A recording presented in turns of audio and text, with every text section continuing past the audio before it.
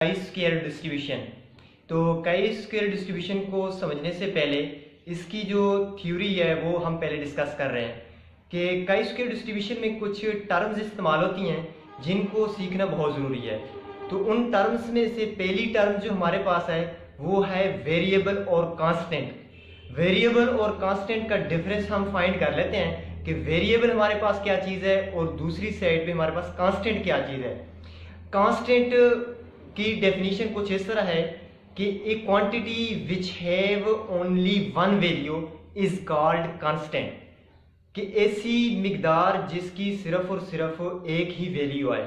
For example पाई की value हमारे पास 3.1416 है और इसी तरह ग्रेविटेशनल फोर्स जो जी की कीमत है वो हमारे पास 9.8 समथिंग है। इसी तरह ई की हमारे पास वैल्यू जो है वो भी फिक्स है। तो ये हमारे पास जो फिक्स वैल्यू आ जाती है इनको हम कहते हैं constant. A quantity which have only one value is called constant. इसके दूसरी साइड पे हमारे पास टर्म आ जाती है इसके अपोजिट, उसको हम कहते हैं वेरिएबल। वेरिएबल की डेफिनेशन कुछ इस तरह है कि ए quantity which have more than one value is called constant. ऐसी क्वांटिटी जिसमें एक से ज्यादा वैल्यू पाई जा सकी है, मतलब एक से ज्यादा वैल्यू के आने के चांसेस मौजूद हों, उसको क्या कहते हैं, उसको वेरिएबल। अब फॉर एग्जांपल वेरिएबल, वेरी का मतलब होता है चेंज हो जाना, एबल के मतलब काबिल होना, चेंज होने के काबिल मतलब तब्दील हो सकना। अब देखें एक स्टूडेंट का वेट है, वजन, तो वो तब्दील हो सकता है। एक स्टूडेंट का वेट फॉर एग्जांपल अब 40 किलो है तो चंद दिनों बाद या चंद माह बाद उसका 41 किलो या उसका 40 से भी कम हो सकता है। मतलब ये कि एक स्टूडेंट का वेट कम या ज्यादा हो सकता है। कम या ज्यादा होने का मतलब कि वो वेरी कर सकता है, तब्दील हो सकता है, तो इसको कहते हैं वेरिएबल। अब देखते हैं कि आगे वेरिएबल की दो टाइप्स हैं, कि एक है क्वांटिटेटिव वेरिएबल और दूसरा है क्वालिटेटिव वेरिएबल। अब क्वांटिटेटिव वेरिएबल कौन सी चीज है और क्वालिटेटिव वेरिएबल कौन सी चीज है। अब देखें क्वालिटेटिव और क्वांटिटेटिव। क्वालिटेटिव जो है ये क्वालिटी से निकला है, किसी चीज की खासियत से निकला है, और क्वांटिटेटिव जो है ये क्वांटिटी से निकला है, किसी चीज की मिकदार से निकला है। अब सबसे पहले डिस्कस करेंगे क्वालिटेटिव वेरिएबल। अब वेरिएबल का मतलब ये है कि तब्दील होना। अब क्वालिटेटिव वेरिएबल मतलब कि किसी चीज की क्वालिटी जो है वो तब्दील हो सकती है, इस चीज को डिस्कस करेंगे। Qualitative, a characteristic which can not be measured numerically is called qualitative variable. किसी चीज की क्वालिटी को हम न्यूमेरिकली तौर पे हम हिंसों में नहीं लिख सकते, इस वजह से इसको कहते हैं क्वालिटेटिव वेरिएबल। अब किसी चीज की खूबसूरती या माँ की बच्चे के साथ मोहब्बत, इसको हम हिंसों में न्यूमेरिकली तौर पे नहीं लिख सकते, इस वजह से हम इसको कहते हैं क्वालिटेटिव वेरिएबल। इसके बाद आ जाता है हमारे पास क्वांटिटेटिव वेरिएबल। क्वांटिटेटिव वेरिएबल क्या चीज है, a characteristic which can be measured numerically, ऐसी खासियत जिसको हम न्यूमेरिकली तौर पे मेजर कर सकें, ऐसी खासियत जिसको हम हिंसों की सूरत में लिख सकें, इसको कहते हैं quantitative variable. For example temperature है, डेली टेम्परेचर, दिन का टेम्परेचर जी तब्दील होता रहता है, लेकिन इसको हम मेजर कर सकते हैं। किसी स्टूडेंट के जो उसकी हाइट है ये चेंज होती रहती है, लेकिन इसको हम मेजर कर सकते हैं। तो ये है हमारे पास क्वांटिटेटिव वेरिएबल। अब इनका डिस्कस करने का मकसद ये है कि इनमें जो हम क्वालिटेटिव, जो क्वालिटी पे डिपेंड कर रहा है, खासियत को रिप्रेजेंट कर रहा है, इसका बयान करने का मकसद ये है कि क्वालिटेटिव वेरिएबल को हम कहते हैं एट्रीब्यूट्स। क्या कहते हैं, एट्रीब्यूट्स। अब एट्रीब्यूट्स से आगे हम एक टर्म निकालने लगे हैं कि एसोसिएशन, कि क्योंकि हमारा जो chi square distribution, chi square का जो हमारे पास टेस्ट है, इसमें एसोसिएशन का लफ्ज इस्तेमाल होने वाला है, तो ये सारी स्टोरी इसलिए बयान की जा रही है।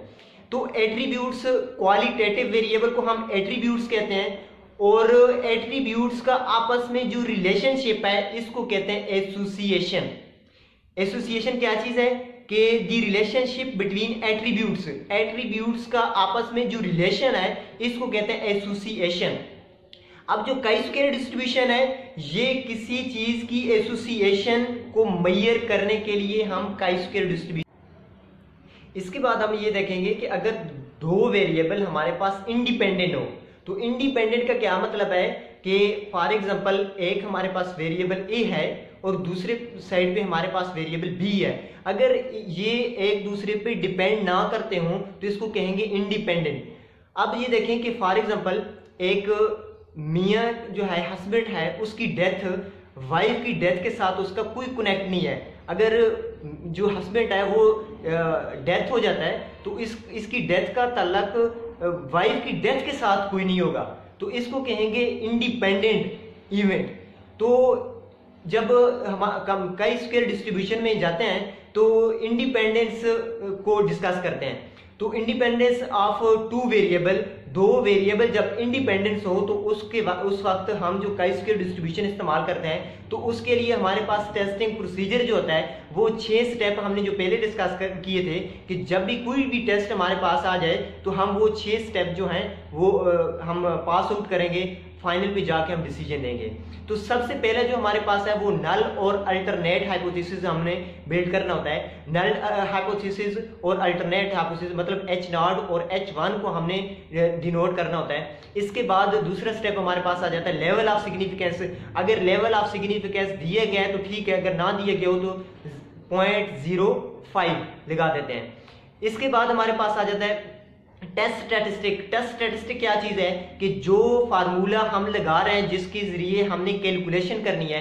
तो अब काई स्क्वायर डिस्ट्रीब्यूशन में जब हमारे पास इंडिपेंडेंस आ जाए तो मतलब वहां पे हमने एक फार्मूला लगाना होता है, chi square is equal to summation f o का मतलब observed frequency minus f e मतलब कि एक्सपेक्टेड फ्रीक्वेंसी, इन दोनों का डिफरेंस लेके स्क्वायर लेना है और डिवाइडेड बाई एफ ई मतलब जो एक्सपेक्टेड फ्रीक्वेंसी है उसको नीचे डिवाइड करना है। डिवाइड करने के बाद इस सारे कॉलम को हमने सम आउट करना है। सम आउट करने के बाद ये हमारे पास काई स्क्वायर का आंसर आ जाएगा और इसको काई स्क्वायर कैलकुलेटेड वैल्यू कहेंगे। इसके बाद दूसरी हमारे पास एक वैल्यू आएगी टेबल वैल्यू।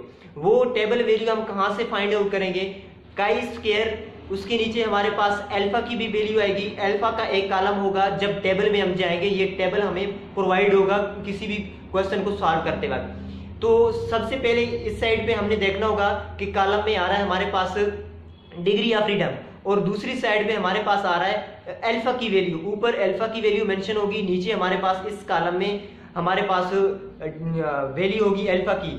ये हम देखेंगे डिग्री ऑफ फ्रीडम और अल्फा की वैल्यू को देख के जो हमारे पास वैल्यू है काई स्क्वायर की, इसको और जो हमने कैलकुलेट वैल्यू की है सॉल्व करके क्वेश्चन को, इन दोनों को कंपेयर करेंगे।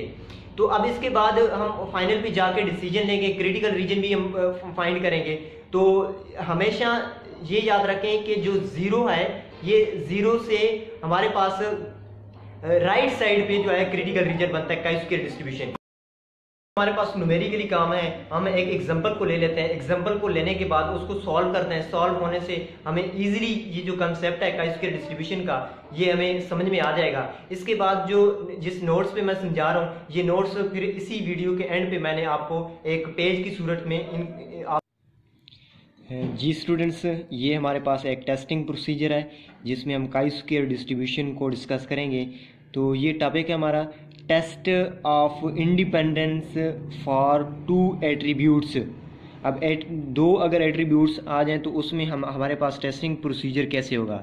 तो सबसे पहले देखते हैं हम हमारे पास जो स्टेप 1 होता है तो उसमें हम नल और अल्टरनेट हाइपोथेसिस बिल्ड करते हैं। तो H0 में हमारे पास आएगा दी टू एट्रीब्यूट्स आर इंडिपेंडेंट। दो एट्रीब्यूट जो होंगे वो इंडिपेंडेंट होंगे, मतलब वो एक दूसरे पे मुनहसर नहीं है। दूसरा हमारे पास H1 जो होगा तो उसको हम ये लिखेंगे दी टू एट्रीब्यूट्स आर एसोसिएटेड, या यहाँ पे ये भी लिख सकते हैं कि दी टू एट्रीब्यूट्स आर डिपेंडेंट। इसमें इंडिपेंडेंट लिखा था, यहाँ पे आप एसोसिएटेड जो बेहतर है वो आप एसोसिएटेड लिखें। अगर इंडिपेंडेंट यहाँ पे लिख रहे हैं तो यहाँ पे डिपेंडेंट लिखेंगे H1 में। इसके बाद हमारे पास आ जाता है लेवल ऑफ सिग्निफिकेंस। दूसरा पॉइंट हमारे पास कौन सा है, लेवल ऑफ सिग्निफिकेंस, जिसको हम अल्फा से डिनोट करते हैं। Alpha is equal to 0.01। अगर 1% आपको दिए गया है तो 0.01 लिखें। अगर आपको 5% दिए गए तो आप 0.05 लिखें। अगर इनमें से दोनों नहीं दिए गए तो 0.05 आपने लेवल ऑफ सिग्निफिकेंस लेना है। इसके बाद हमारे पास तीसरा जो पॉइंट है वो हमारे पास आ जाता है टेस्ट स्टैटिस्टिक। टेस्ट स्टैटिस्टिक का मतलब ये होता है कि जिस मेथड से आप कर रहे हैं, जो टेस्ट आप अप्लाई कर रहे हैं, उसका आपने फार्मूला लिखना होता है। टेस्ट स्टैटिस्टिक का मतलब ये है। अब chi square is equal to summation f o minus f e whole square divided by f e. अब इसका मतलब ये है कि यहाँ पे एफ ओ जो है हमारे पास ऑब्जर्व्ड फ्रीक्वेंसी है। ऑब्जर्व्ड फ्रीक्वेंसी का मतलब ये है कि जो हम फ्रीक्वेंसी फाइंड करेंगे, और एफ ई का मतलब ये है कि एक्सपेक्टेड फ्रीक्वेंसी, जिस पे हमारी जिस फ्रीक्वेंसी पे हमारी तवक्को थी वो एफ ई से हम उसको डिनोट करेंगे। इन दोनों का एक्सपेक्टेड और ऑब्जर्व्ड फ्रीक्वेंसी का डिफरेंस लेकर स्क्वायर कर देना है और इसको एक्सपेक्टेड फ्रीक्वेंसी पे डिवाइड करके टोटल सम कर देना। ये काई स्क्वायर का हमारे पास आंसर आ जाएगा। इसके बाद चौथा स्टेप हमारे पास होता है degree of freedom. Degree of freedom में आपके पास जितना एक टेबल होगा उसमें रो भी होंगी और कॉलम भी होंगे। रो की तादाद में से भी एक कम कर देना और कॉलम की तादाद में से एक कम कर देना है। तो ये डिग्री ऑफ फ्रीडम हमारे पास आएगा R-1 C-1। यहाँ पे R का मतलब है नंबर ऑफ रोज और C का मतलब है नंबर ऑफ कॉलम। ये हमारे पास था डिग्री ऑफ फ्रीडम। उसके बाद पांचवा स्टेप हमारे पास है क्रिटिकल रीजन।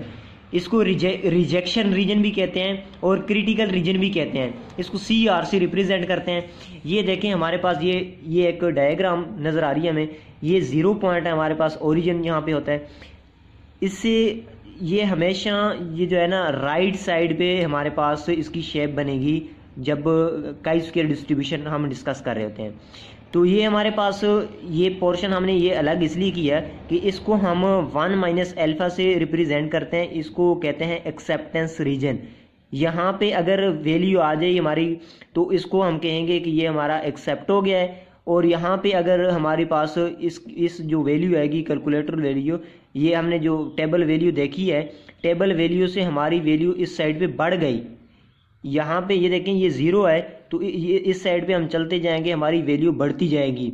तो जैसे जैसे हम यहाँ से चलते जाएं हमारी जो कैलकुलेटेड वैल्यू है अगर इस टेबल वाली वैल्यू से क्रॉस कर गई तो हम क्रिटिकल रीजन में पहुँच गए। इसका मतलब ये है कि यहाँ पे हम जब पहुँचेंगे तो यहाँ पे हमारे पास जो H0 होगा वो रिजेक्ट हो जाएगा। तो यहाँ पे काई स्क्वायर अल्फा यहाँ पे कॉमा है, डिग्री ऑफ फ्रीडम। इसका मतलब ये है कि यहाँ पे आपने वैल्यू लगानी है अल्फा की और यहाँ पे आपने डिग्री ऑफ फ्रीडम की वैल्यू लगानी है और ये वैल्यू आपने टेबल से देखनी है। कौन से टेबल से देखनी है ये भी हम देखेंगे। और इसके बाद यहाँ पे जो हमारे पास वैल्यू आएगी वो हमारी कैलकुलेटेड वैल्यू आएगी। अब क्रिटिकल रीजन का मतलब ये होता है कि हमारे पास H0 कहाँ पे रिजेक्ट होता है, क्योंकि हमारा जो भी हम टेस्ट करते हैं उसमें हमारी इंटरेस्ट जो है वो H0 की रिजेक्ट होने में होती है। तो हमने ये बताना होता है कि H0 रिजेक्ट है या H0 जो है वो एक्सेप्ट है। तो हम इस तरह से लिखते हैं कि H0 जो रिजेक्ट H0 तब होगा कि जब हमारे पास कैलकुलेटेड वैल्यू बढ़ जाए इस टेबल वैल्यू से। हमने यहाँ पर भी यही बात की कि ये हमारे पास टेबल वैल्यू है, अगर यहाँ से हम चलते चलते इससे क्रॉस कर गए मतलब ये कि जो हमने वैल्यू कैलकुलेट की है वो टेबल वैल्यू से क्रॉस कर गई तो हमारा पास जो H0 होगा वो रिजेक्ट हो जाएगा। इसके बाद हमारे पास ये छठा स्टेप है हमारे पास कैलकुलेशन का। कैलकुलेशन का मतलब ये है कि हमने काई स्क्वायर की जो वैल्यू है वो जो अभी हमने फार्मूला पीछे फाइंड किया है तो इस फार्मूले को लगा के सारी वैल्यू फाइंड करेंगे, ये कैलकुलेशन में आ जाएगा सारा प्रोसीजर। इसके बाद हमारे पास ये 7वां स्टेप है, यहाँ पे कंक्लूजन, ये आखिरी स्टेप होता है। इसमें हमने बताना होता है कि हमारे पास जो H0 है वो रिजेक्ट है या एक्सेप्ट है। हमने यहाँ पे लिखा है कि if chi square calculated value falls in critical reason में जब फॉल्स करेगी वो रिजेक्ट एच नॉड, अदरवाइज वो एक्सेप्ट एच नॉड। इसी तरह अब हम इसी कंसेप्ट के रिलेटेड जब दो इंडिपेंडेंस हमारे पास वेरिएबल आ जाए तो उसको हम देखेंगे कि इसको हम कैसे सॉल्व कर पाएंगे। हमारे पास 3b3 का कॉन्टीजेंसी टेबल है। ये 3b3 का मतलब ये है कि इसमें रो भी 3 है और कॉलम भी 3 है। तो कॉन्टीजेंसी टेबल का मतलब ये होता है कि हमारे पास इस शेप में इन वैल्यू से ये आपको नज़र आ रही हैं कि 20, 30, 40 ये हमारे पास एक कॉलम में, 30, 25, 45 ये एक कॉलम में, 15, 30, 35 ये तीसरे कॉलम में।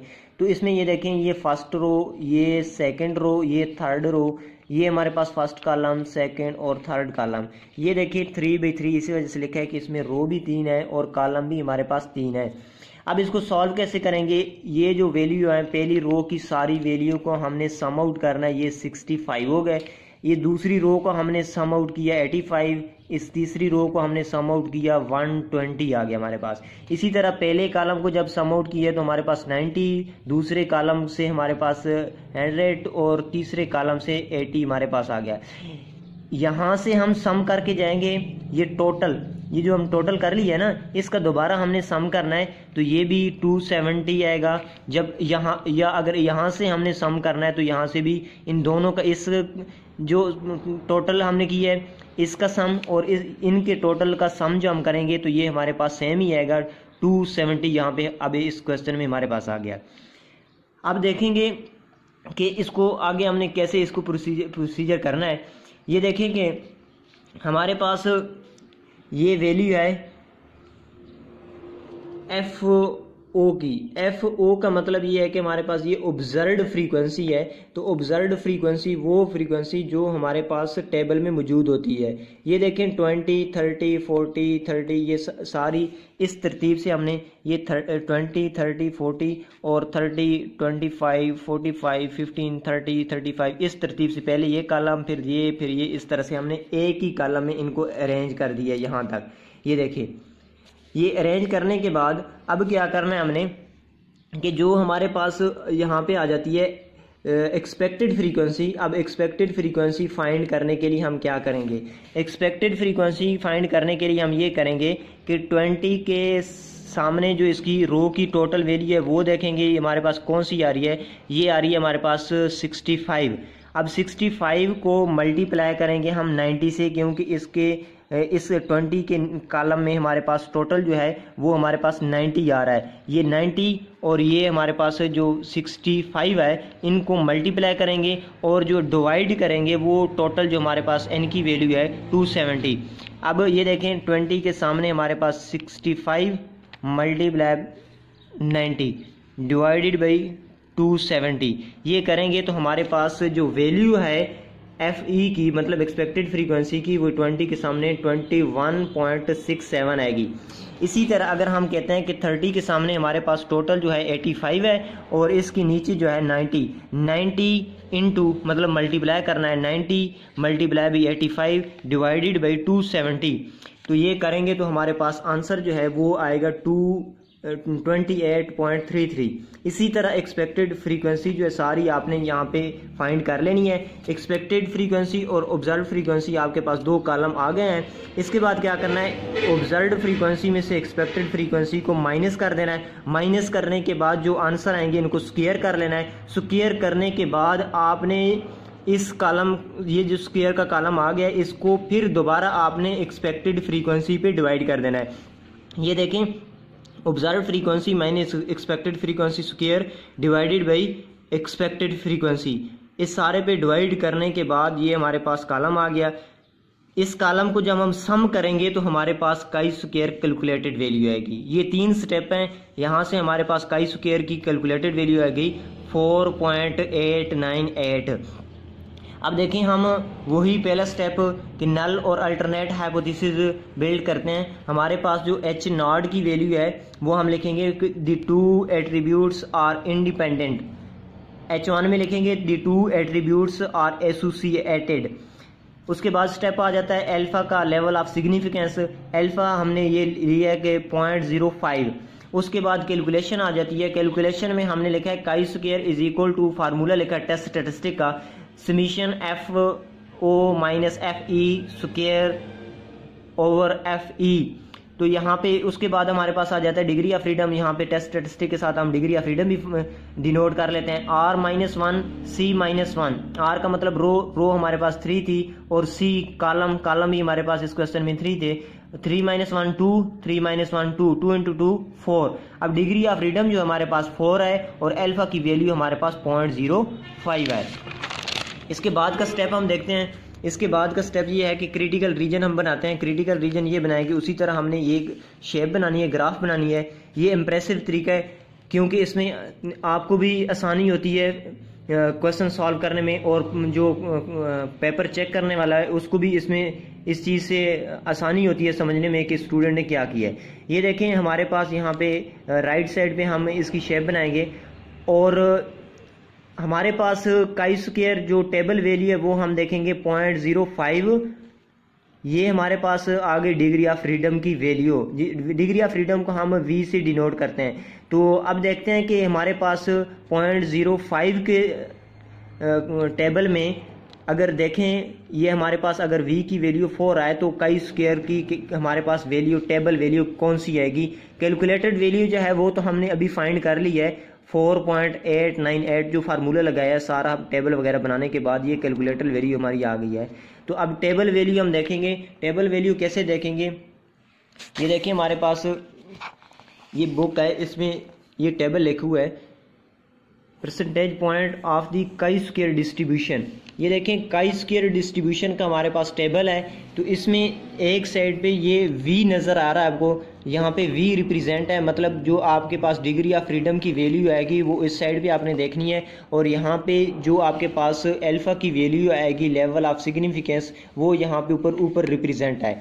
अब हमारे पास चूँकि ये V की वैल्यू 4 है, और यहाँ पे ये देखें हमारे पास आ रहा है ये अल्फा की वैल्यू 0.05, तो 4 के सामने 0.05 ये हमारे पास आ रहा है 9.488। ये देख लेना 0.05, और यहाँ पे V की वैल्यू हमारे पास 4 है अभी, तो ये इसकी वैल्यू ये देखें 9.4 ये आ रही है नजर 9.488। तो इसी तरह हमने यहाँ पे ये लिख दिया कि हमारे पास जो टेबल वैल्यू है 9.488, ये आ गई 0.05 को 4 की कॉलम में हमने देखा है। तो ये देखें अब जो हमारी कैलकुलेटेड वैल्यू थी वो तो थी 4.898। अब टेबल वैल्यू जो है वो हमारे पास है 9.488। अब चूँकि हमारी वैल्यू जो है ये कैलकुलेटेड वैल्यू इससे कम आई है, तो कम आने की सूरत में हमने एक्सेप्ट H0 की है। अगर ये वैल्यू इस वैल्यू से बढ़ जाती, अगर ये कंडीशन सेटिस्फाई हो जाती, तो हम कहते हैं रिजेक्ट H0। अब चूंकि जो वैल्यू हमने कैलकुलेट की है ये टेबल वैल्यू से कम आई है, इस वजह से एक्सेप्ट H0 कर रहे हैं। ये थी इसकी रिलेटेड एग्जांपल।